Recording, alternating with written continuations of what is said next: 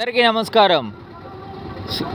విజయవాడ హైదరాబాద్ మధ్యలో బరాకత్ గూడెం దగ్గర ఉన్న శ్రీ వెంకటేశ్వర స్వామి దేవాలయం ఉత్తర ద్వార దర్శనం సందర్భంగా చాలా భక్తుల రాకపోకలు జరుగుతూ ఉన్నాయి.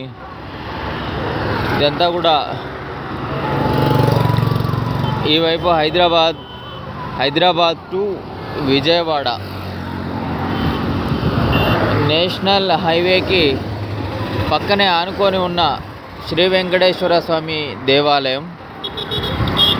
ఓం నమో వెంకటేశాయ.